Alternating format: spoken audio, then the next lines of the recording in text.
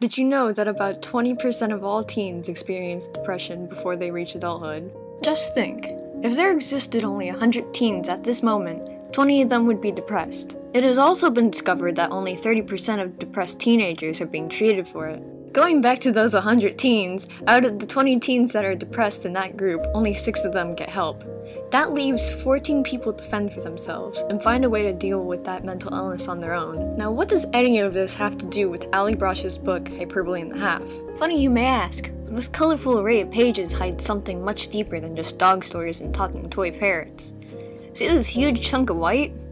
That right there is where the fun pauses and things get a bit too real.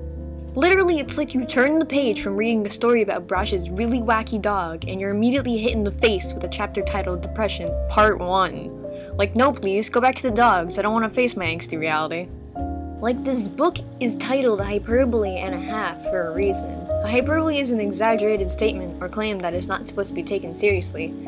And yeah, most of this book is just crazy stories that in some cases are hard to believe. But all of this basically feels like a cover-up for this all-too-real 2-part chapter.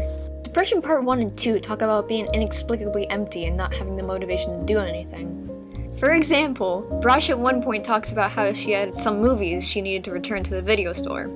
Sounds normal enough, except the fact that she had absolutely no motivation to get the task done. The fact that she had waited so long to complete the task only made it worse. She felt like she wouldn't even be able to step into the store because of all the shame she built up. She felt like the scum of the earth not getting it done. Then she remembered she really wanted to rewatch Jumanji, and suddenly she was able to force herself to go return the movie after literally forever. Spoiler alert, they didn't have Jumanji. This strange, unexplainable lack of motivation tends to be seen in people who are depressed. It seems so foreign to me when I see people able to do something like homework or basic human regimens like cleaning. I can see a difference amongst my own friends, like I see how my depressed friends act compared to my non-depressed friends.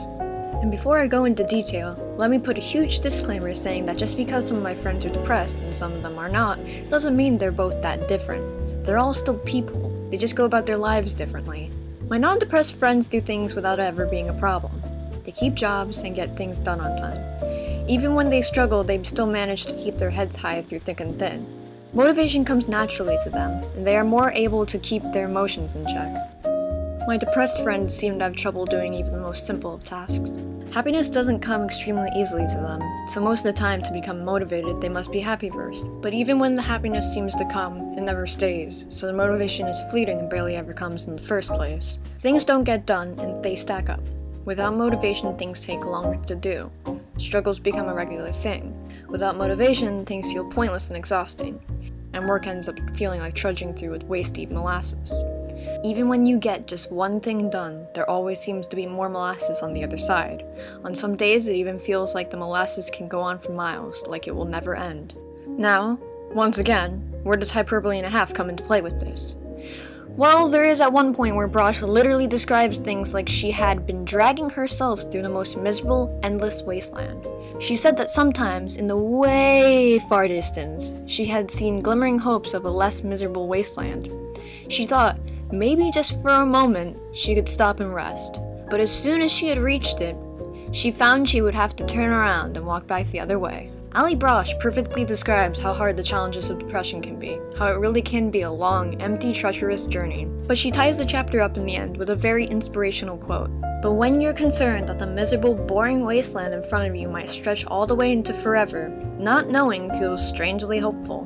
But to be fair, this quote was what followed directly after her discussion about a shriveled piece of corn that had helped her feel less bad and more hopeful. So I don't really know. Take this all with a bit of a pinch of salt, I guess.